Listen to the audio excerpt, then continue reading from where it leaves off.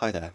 I recently attempted to catalyze a safeguarding response through appropriate channels, including school, youth welfare services, child protective services, school psychology, and other relevant safeguarding pathways regarding a young female I believe presents with significant vulnerability and requires specialist assessment and support.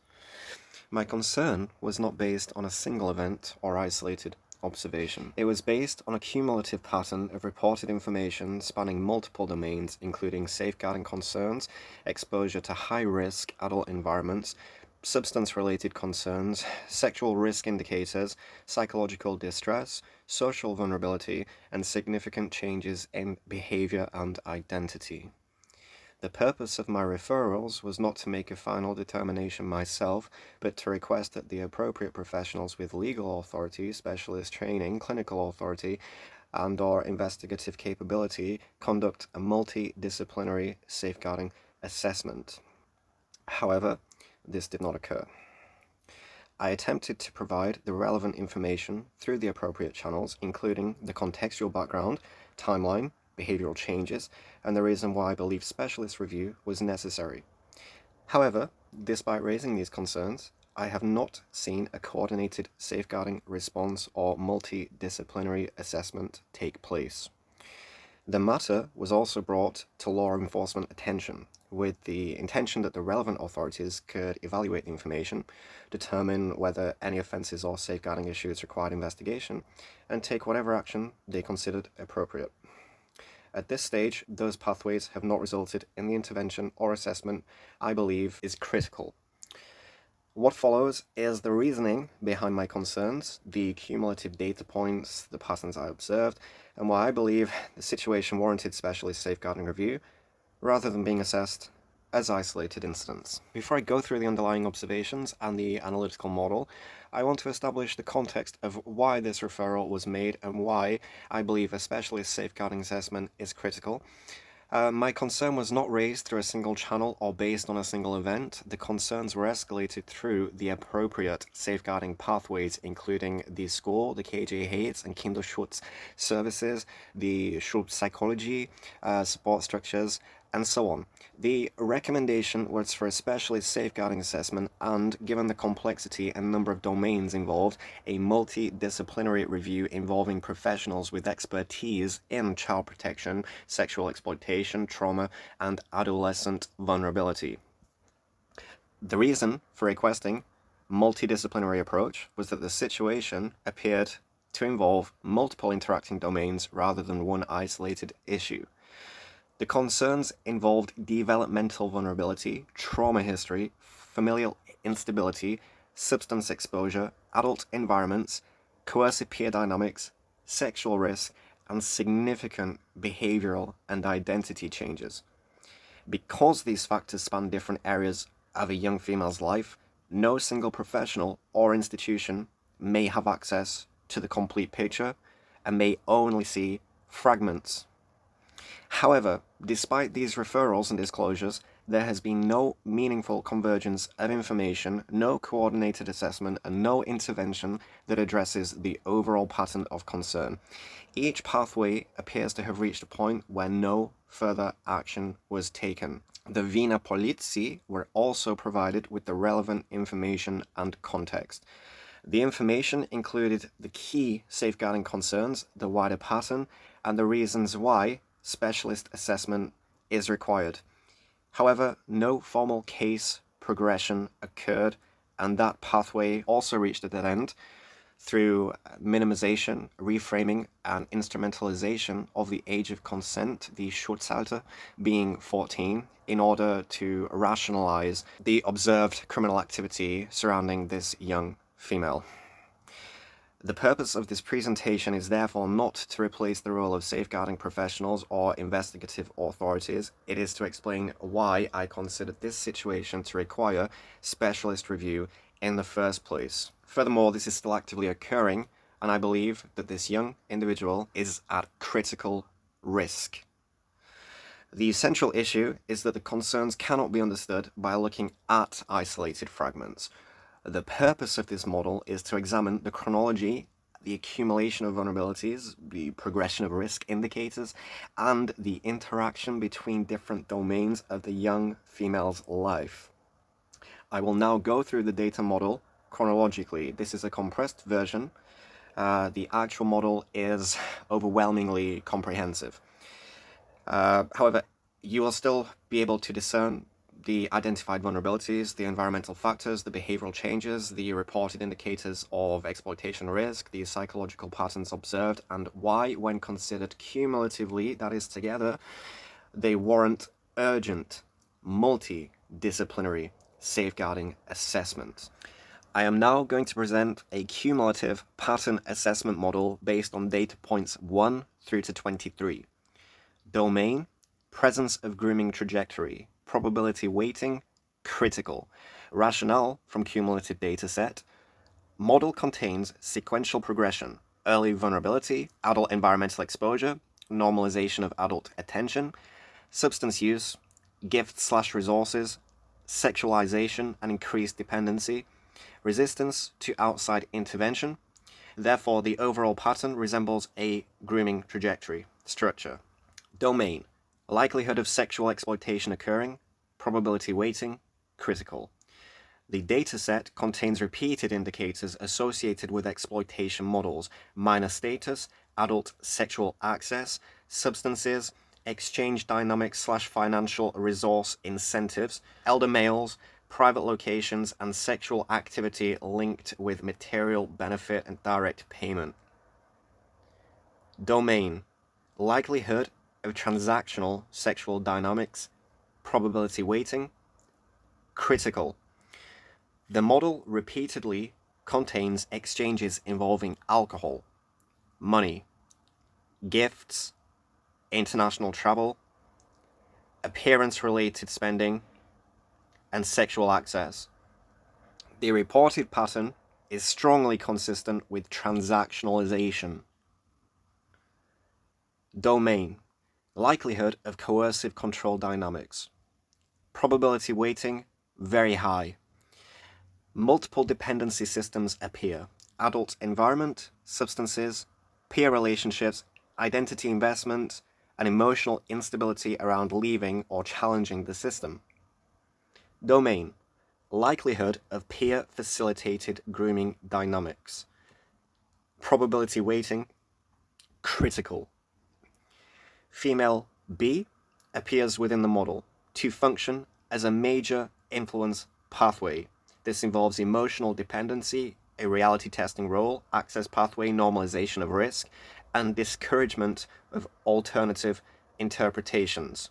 There is an observable enmeshed dyad between female A and female B, with female B leveraging female A's body and sexuality within the grooming adjacent environment. Domain. Likelihood of an exploitative social environment with structure rather than isolated incidents. Probability weighting, critical. The reported pattern involves multiple adult actors, repeated locations, repeated behaviors, common social connections, similar offers, and repeated access pathways. Domain. Likelihood of organized or networked exploitation indicators. Probability weighting and risk assessment, critical. Multiple adult actors, shared environment, repeated methods, and common social links increasing the weighting of a network/systemic interpretation. Likelihood of trauma-related vulnerability increasing susceptibility to exploitation.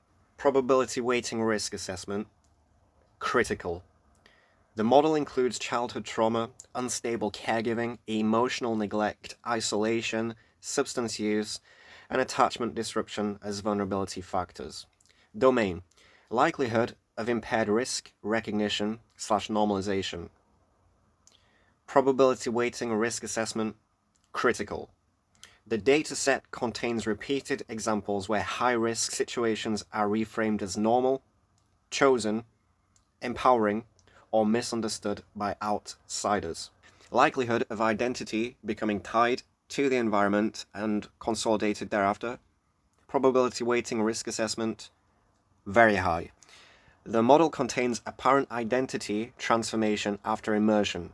That is, appearance, language, social signaling, relationships, and values becoming aligned with the exploitative environment. Domain, likelihood of defensive protection of the environment. Probability weighted risk assessment, critical. Reported refusal of access, hostility toward questioning of the environment, narrative changes, contradictions, and attacks on people challenging the environment's domain. Likelihood of attachment trauma / approach avoidance dynamics. Probability weighted risk assessment, critical. The relationship pattern shows repeated cycles of rejection, panic, reunion attempts, reassurance seeking, and renewed rejection thereafter. Domain, likelihood of peer dependency overriding independent judgment. Probability weighted risk assessment, critical.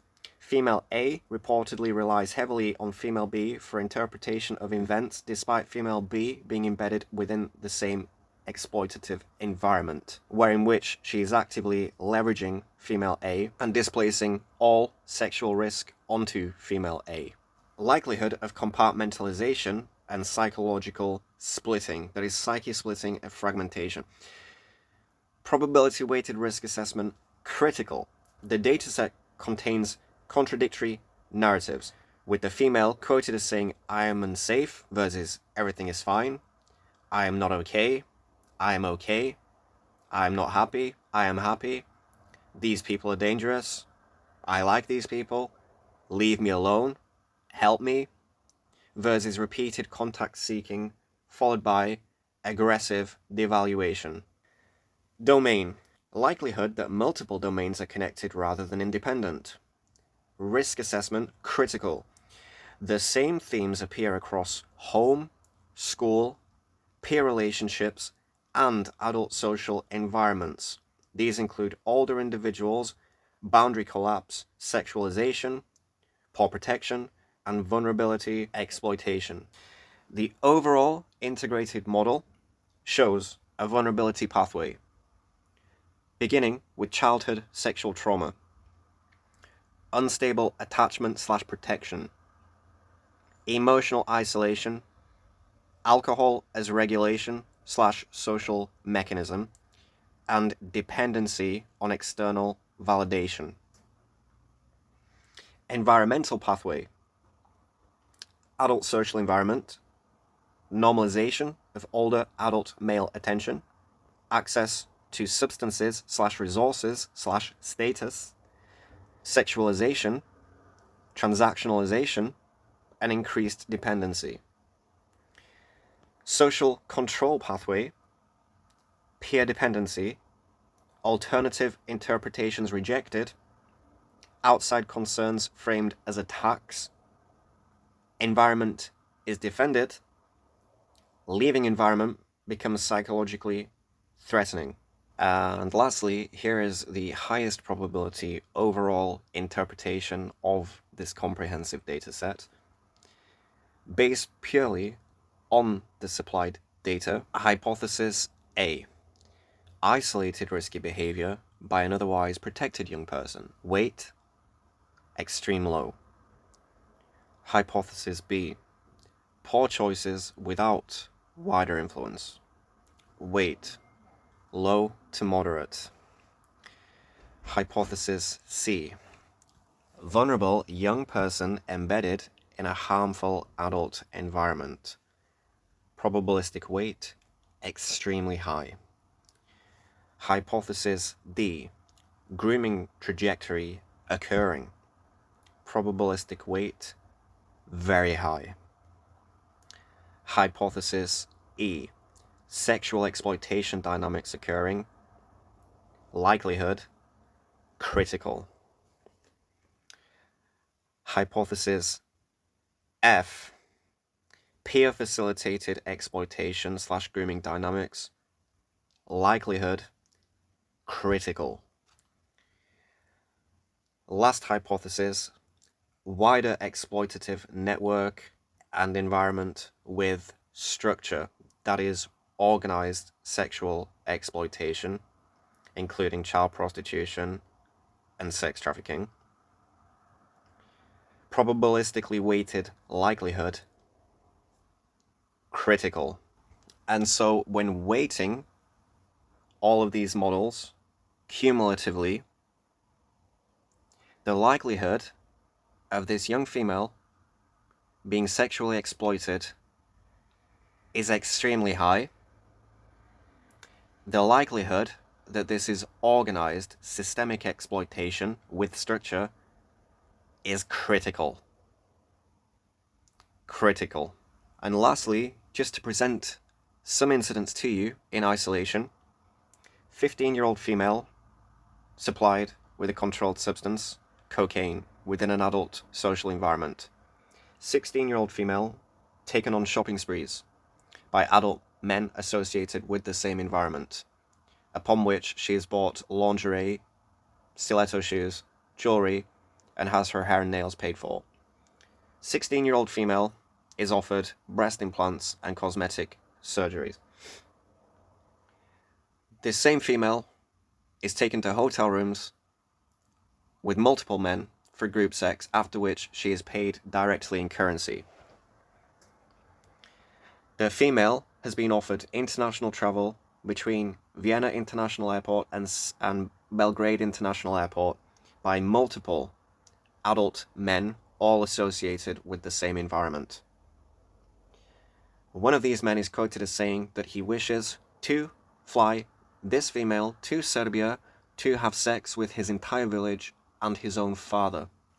Female claims she believes she was raped in the toilet facilities within this environment, which is a local bar in the 22nd district of Vienna.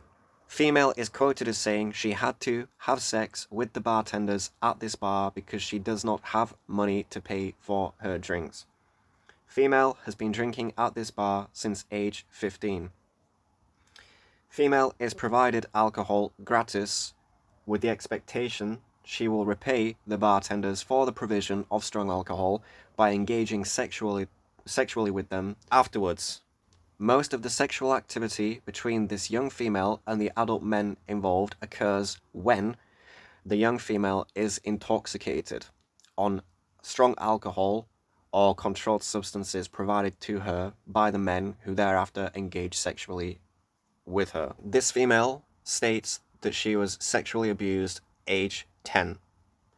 Young female states that this has never been addressed and she has never been referred to counseling or clinical intervention. Young female states that age 14-15 she was suicidal, depressed, alcoholic, and isolated.